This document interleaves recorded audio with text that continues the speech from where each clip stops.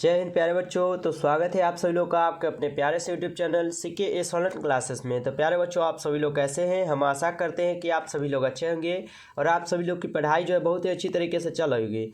तो प्यारे बच्चों, आज की इस क्लास में हम लोग देखने वाले हैं क्लास 12 सोशोलॉजी के यानी समाजशास्त्र, उनसे जुड़े जितने भी VVI सब्जेक्टिव क्वेश्चन, उन सभी क्वेश्चन को आज की इस क्लास में हम लोग पढ़ने वाले हैं, जो कि आपके 2025 के बोर्ड परीक्षा में ये 100% सभी प्रश्न देखने को मिलेगा प्यारे बाबू।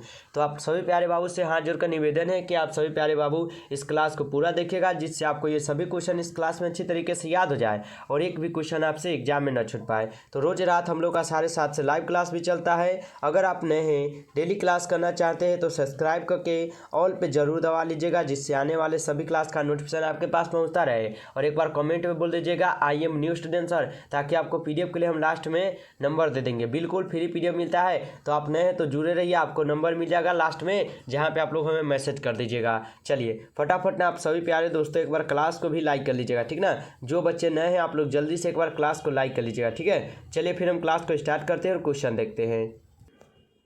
चलिए, तो आज का पहला क्वेश्चन है आपके सामने कि बही विवाह क्या, ठीक है। ये सभी क्वेश्चन आपके लिए बहुत ज़्यादा VVI क्वेश्चन है। एक एक क्वेश्चन आपके क्वेश्चन बैंक से यहाँ पे पढ़ाया जा रहा है। 100% ये सभी प्रश्न देखने को मिलेगा परीक्षा में।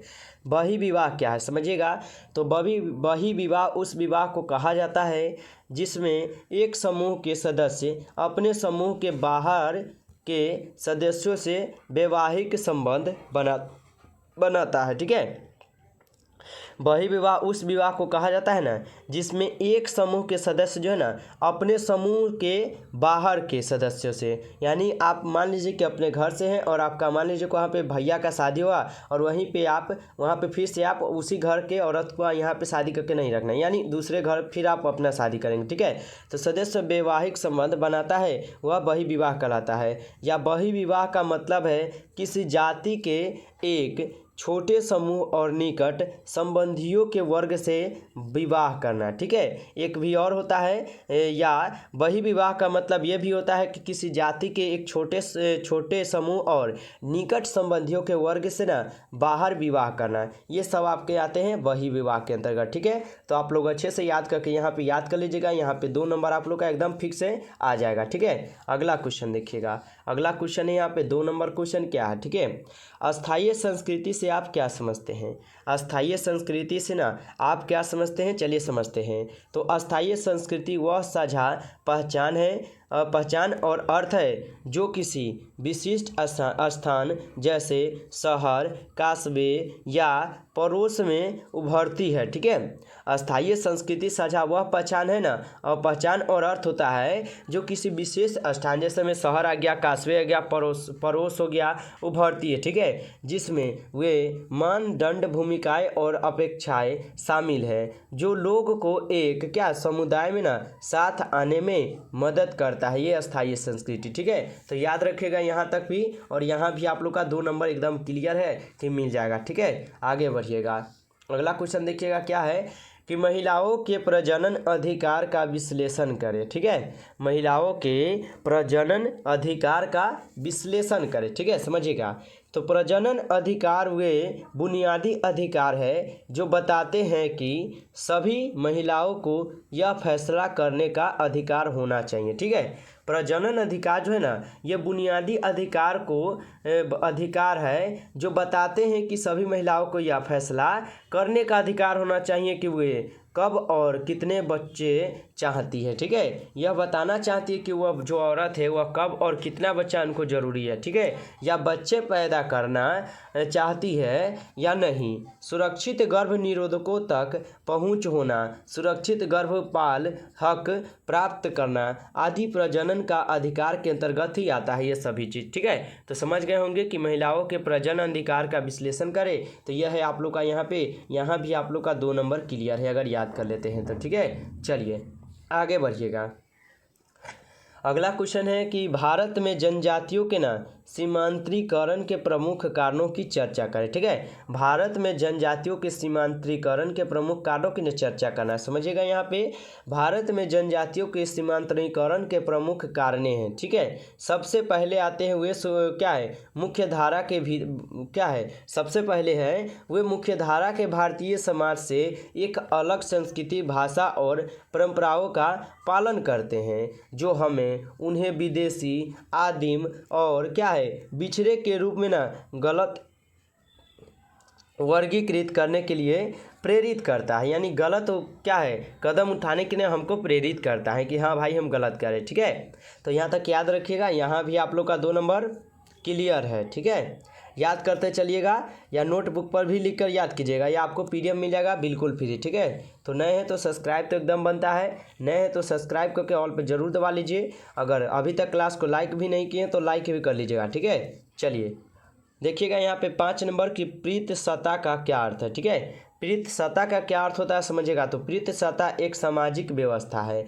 प्रीत सत्ता क्या है, तो प्रीत सत्ता जो है ना एक सामाजिक क्या है व्यवस्था है, जिसमें स्त्रियों की तुलना में पुरुषों के पास प्रभुत्व और विशेष अधिकार के पद होते हैं। ठीक है, जिसमें क्या है तो स्त्रियों की तुलना में पुरुषों के पास क्या है तो प्रभुत्व और विशेष अधिकार के पद जो ना उनको मिला हुआ है पुरुषों को। ठीक है, स्त्री से ज़्यादा मिला हुआ है पद उनको। ठीक है, प्रीत सत्ता में पुरुषों को समाज में उच्च माना जाता है। जो ये प्रीत सत्ता है ना, इसमें पुरुषों को ना औरत से जो है स्त्री है उनसे उच्च माना जाता है। ठीक है, विवाह तथा परिवार से संबंधित नियम, विवाह तथा परिवार से संबंधित नियम पुरुषों के पक्ष में होते हैं। ठीक है, यानी पुरुषों के पक्ष में होते हैं। शादी किससे करवाना है, किससे न करवाना है, ये सभी कौन काम करते हैं तो ज़्यादा आपके ये पुरुष लोग करते हैं। यानी किसी के लिए लड़का देखना, लड़की देखना, ये सब ज़्यादा पुरुष ने जाकर देखते हैं भाई। ठीक है ना, तो याद रखिएगा। वंश की परंपरा पिता के नाम से चलती है। आपका मान लीजिए कि आपका एक पुत्र हुआ या पुत्री हुआ, ठीक है, और उनका जन्म हुआ तो आप उनके पिताजी न होंगे। यानी वंश की परंपरा जो है ना पिता के नाम से चलती है कि भाई उनका ये बेटा है, उनका बेटी है। ठीक है, इस प्रकार जो है ना आपके बच्चे को जाने जाएंगे, लोग जाने जाएंगे। ठीक है, लोग जानेंगे कि हाँ वो आपका वंश है, आपका बेटा है या बेटी है। ठीक है, याद रखिएगा। तो समझ गए कि प्रीत सत्ता का क्या अर्थ होता है, यहाँ तक याद रखना है और अच्छे से याद करके लिख देना है एग्जाम में। अगला क्वेश्चन देखिएगा। समेकित बाल विकास योजना की विवेचना करें। समेकित बाल विकास योजना की क्या करना है तो यहाँ पे विवेचना करना। ठीक है, समझिएगा। समेकित बाल विकास योजना भारत में एक सरकारी कार्यक्रम है जो 6 साल से कम उम्र के बच्चों और उनकी माताओं की सेवाएं प्रदान करता है। ठीक है, कार्यक्रम का उद्देश्य बच्चों के स्वास्थ्य और पोषण में सुधार करना और उनके शारीरिक, मनोवैज्ञानिक और सामाजिक विकास की नींव रखना, ये कहलाता है आपके समेकित बाल विकास। ठीक है, इसको याद रखिएगा आप लोग और अच्छे से रट जाइएगा। ठीक ना, क्योंकि हर एक क्वेश्चन आपके लिए बहुत ज़्यादा VVI क्वेश्चन है और आपके क्वेश्चन बैंक से हर एक क्वेश्चन लिए गए हैं जो कि आपकी परीक्षा के लिए बहुत महत्वपूर्ण है प्यारे। ठीक है, चलिए अगला क्वेश्चन देखिएगा। अगला क्वेश्चन क्या है, नारीवाद से आप क्या समझते हैं। ये भी क्वेश्चन आपके लिए बहुत ज़्यादा VVI याद है, यानी VVI क्वेश्चन है, याद रखिएगा। ठीक है, नारीवाद से आप क्या समझते हैं समझिएगा। नारीवाद तो स्त्री और पुरुष के बीच समानता की बात करने वाला आंदोलन है नारीवाद। ठीक है, नारीवाद जो है ना यह स्त्री और पुरुष के बीच में समानता की बात करने वाला आंदोलन है। नारीवादियों का मानना है कि सामाजिक, आर्थिक और राजनीतिक व्यवस्था में महिलाओं को पुरुषों की तुलना में कम अहमियत दी जाती है। ये बात सही है।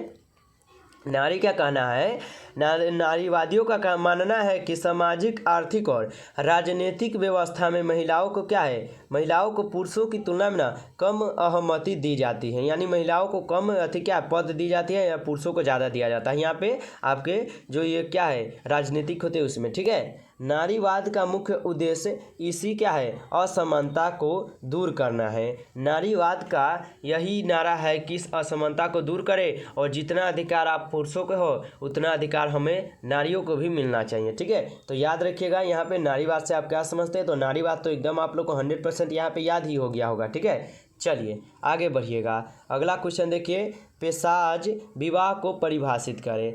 पेशाज विवाह को परिभाषित करें। समझिएगा, यहाँ पे पेशाज विवाह वह विवाह है ना जिसमें स्त्री एवं कन्या के साथ धोखा से शादी की जाती है।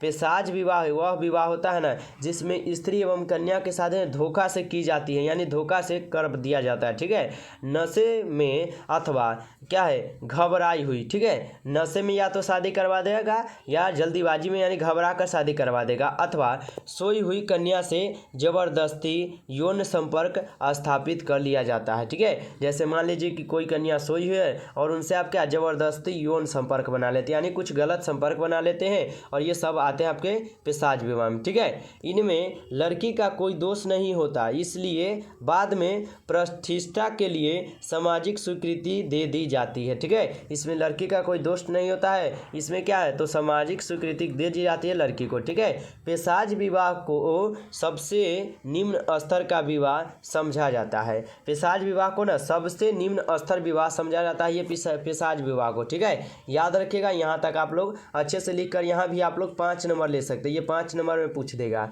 अगला क्वेश्चन देखिएगा, अगला क्वेश्चन है आपका सामाजिक क्या है, सामाजिक परिवर्तन में ना कंप्यूटर की भूमिका का उल्लेख करें।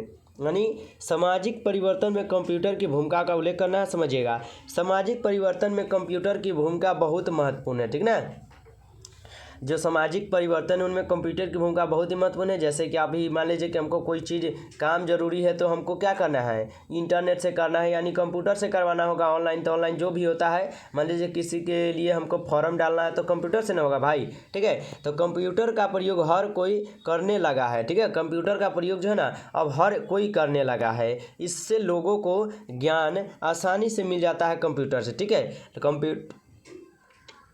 कंप्यूटर से क्या है तो लोगों को ना ज्ञान जो है बिल्कुल ही आसानी से मिल जाता है, एकदम आसान भाषा में। ठीक है, और इसके साथ सूचनाओं का आदान प्रदान भी आसान हो गया है। यानी पहले क्या था तो चिट्ठी लिखना पड़ता था, लेकिन अभी क्या है कंप्यूटर से ही हर काम करवा देते। ठीक है, कंप्यूटर के वजह से पूरी दुनिया एक क्या है कटोरे में आ गया है। कंप्यूटर की दुनिया है ना उसी में क्या है तो दुनिया जो है इस प्रकार कटोरे में आ गए हैं प्यारे। ठीक है, दुनिया जो है कटोरे में आ गया है, दुनिया के बीच की दूरी समाप्त हो गई है। मान लीजिए कि पहले हमको क्या है यहाँ पे भेजना था, यहाँ पे दिल्ली में। ठीक है, यानी बिहार से हम पहले भेजना चाहते थे चिट्ठी दिल्ली में, तो दिल्ली में हमको जाने के लिए भाई फिर डाक घर जाना होगा, डाक में हमको लिख कर देना होगा, वहाँ पे जमा कराना होगा तब ना जाएगा।